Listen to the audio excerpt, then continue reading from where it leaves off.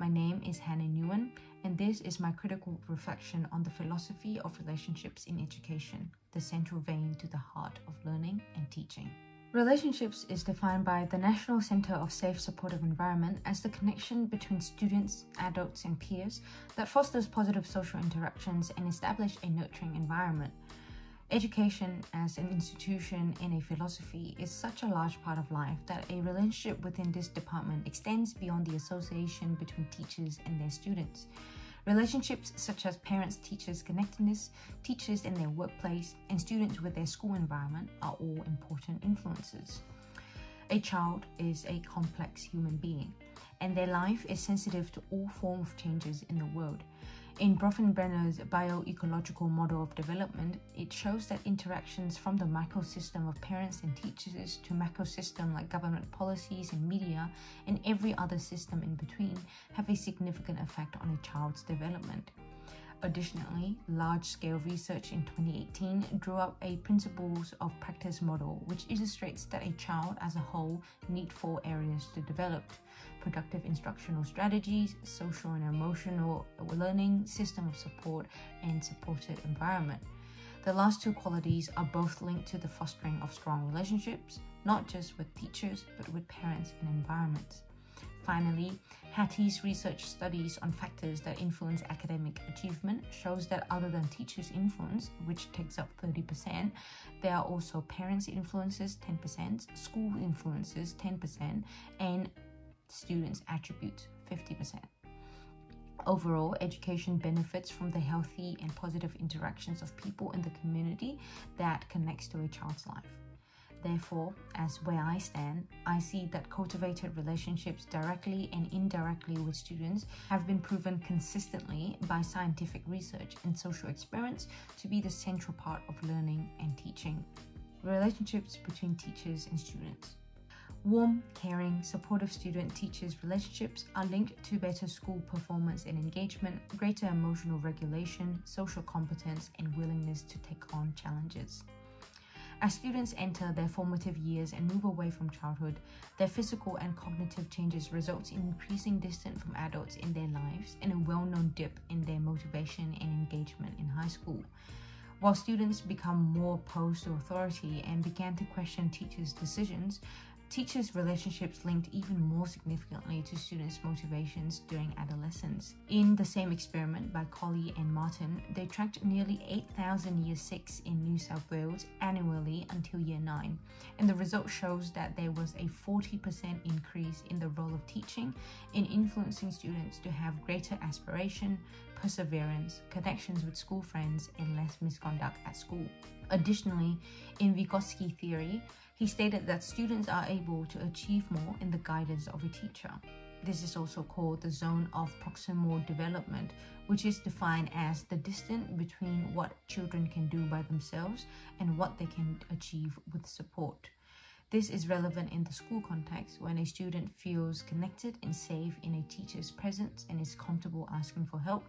A teacher is able to teach and therefore enhancing the student's learning.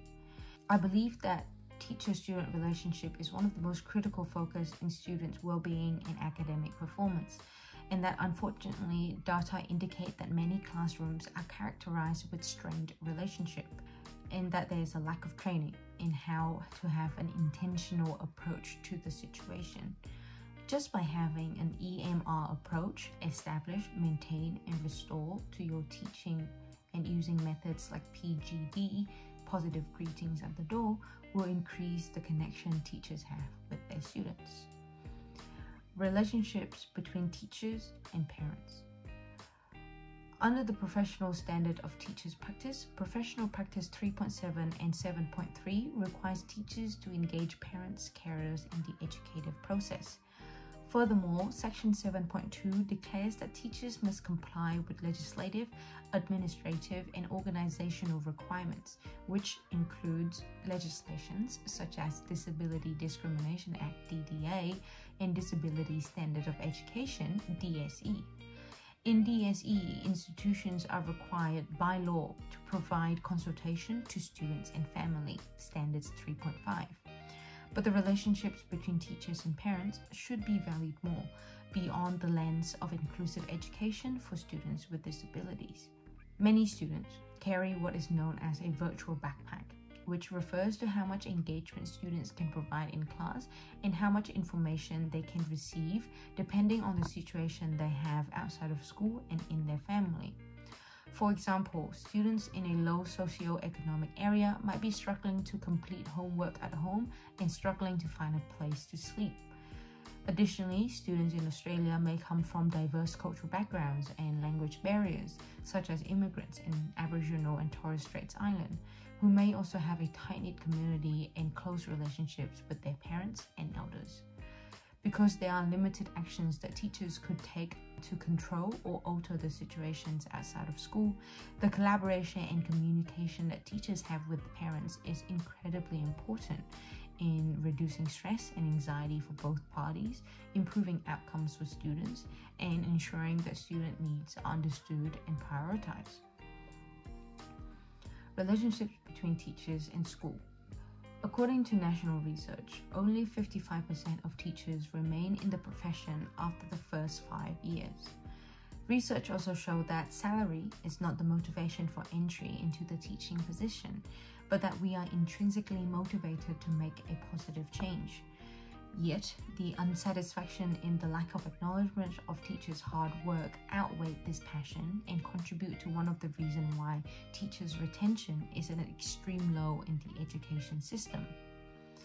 With 71% of teachers feeling unappreciated in their profession, the pressing priority is to acknowledge and provide regular appraisal to teachers, as well as providing them with resources and care that they need to help students prosper.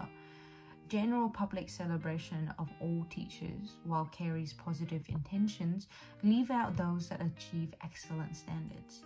As Falazzo pointed out, a pat on the back goes a long way to ensure that good work continues and contributes to dismantling society's pressure and lack of appreciation. We must acknowledge that there are various factors that contribute to teachers leaving the school system, in reasons such as burnout from stress or increasing workload.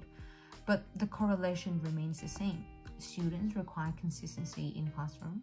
For example, the same teacher's presence throughout the year to feel safe and secure and to know what behaviors are expected. And teachers need a good work environment to stay. Therefore, if teachers have positive relationship with workplace, students will be able to have a positive relationship with teachers, and both teaching and learning will benefit. Relationships between students and others.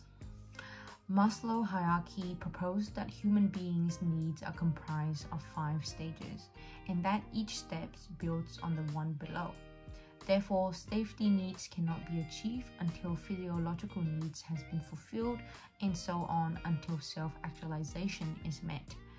When students' needs for safety, love, and belonging in a school environment, they increase their self-esteem and self-respect in esteem needs. Therefore, it is important that teachers work with the school to create a safe environment of inclusion and anti-racism to help students feel comfortable in a new place. When they feel safe, they will begin to learn, and they will begin to develop their sense of self towards self-actualization. Similarly, when students are in an unpredictable situation, their brains get heightened and they lose their ability to regulate. Having consistency and predictability in the classroom, such as school rules and timetable hanging on the wall, will help students understand expectations, and having a space for regulation act as preventive methods for stressful situations for students. In conclusion, research in favor of positive social relationships between teachers and students are overwhelming. But other relationships such as teachers and parents, teachers and schools, students in schools are otherwise not as well researched. By understanding the nuance of relationship, we see that it is interwoven in every aspect of the education system, making it the heart of the operation of education. This helps form my philosophy in education, which is to always nurture the relationships that I create with the people around me, because you will never know how each of these relationships may affect your students. Thank you, and here is my